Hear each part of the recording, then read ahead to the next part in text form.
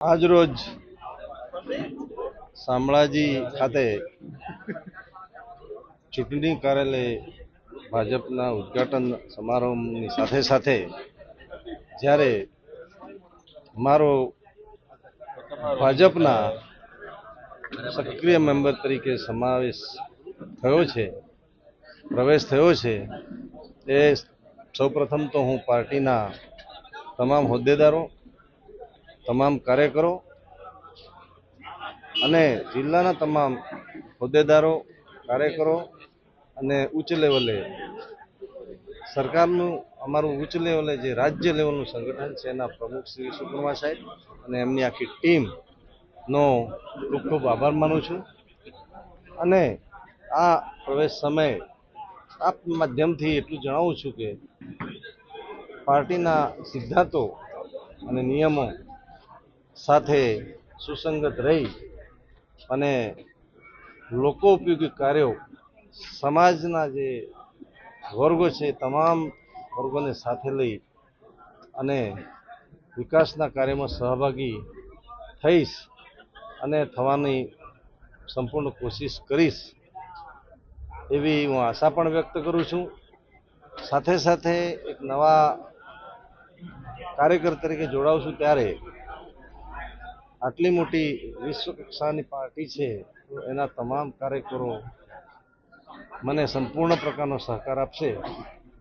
એવી મને સંપૂર્ણ ખાતરી છે અને બધાને વિનંતી પણ કરું છું. ભગવાન શામળિયાના ધામમાં શામળાજી ખાતે જ્યારે સમગ્ર ગુજરાતમાં જિલ્લા પંચાયત, તાલુકા પંચાયત, મહાનગરપાલિકા અને નગરપાલિકાના પડઘમ વાગી ચૂક્યા છે ત્યારે શામળાજી ખાતે અમારા તાલુકાના કાર્યાલયનું, ચૂંટણી કાર્યાલયનું ઉદ્ઘાટન અને શુભારંભ કરવા આવ્યા હતા. આ તબક્કે આજે રાજ્ય સરકારના મંત્રી આદરણીય શ્રી પીસી બરંડાજીની હાજરીમાં, જેમણે 2 દિવસ પહેલા સરકારમાંથી રાજીનામું આપ્યું છે એવા આઈપીએસ અધિકારી આદરણીય શ્રી મનોજભાઈ નીનામાજી ભારતીય જનતા પાર્ટીમાં જોડાયા છે. રાષ્ટ્રભાવનાવાળી આ પાર્ટીના વિચારોને સમર્પિત થઈને આદરણીય દેશના વડાપ્રધાન શ્રી નરેન્દ્રભાઈ મોદી સાહેબ અને અમિતભાઈ શાહ સાહેબ, અમારા જગદીશભાઈ વિશ્વકર્માજી, અમારા ભૂપેન્દ્રભાઈ પટેલ, હર્ષભાઈ સંઘવી સાહેબને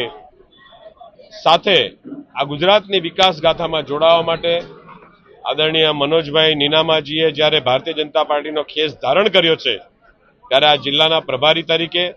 ભારતીય જનતા પાર્ટી વતી હું એમનો હૃદયપૂર્વક સ્વાગત કરું છું. અને મને વિશ્વાસ છે કે તેઓ પણ એક કાર્યકર્તા તરીકે રાષ્ટ્ર સેવામાં, ગુજરાતની પ્રજાની સેવામાં અને એમાં ખાસ કરીને શામળાજી તાલુકો બન્યો છે, ભિલોડા વિધાનસભા છે, આ જિલ્લાના સર્વે કાર્યકર્તાઓની સાથે કદમથી કદમ મિલાવીને ભારતીય જનતા પાર્ટીનું કામ કરશે.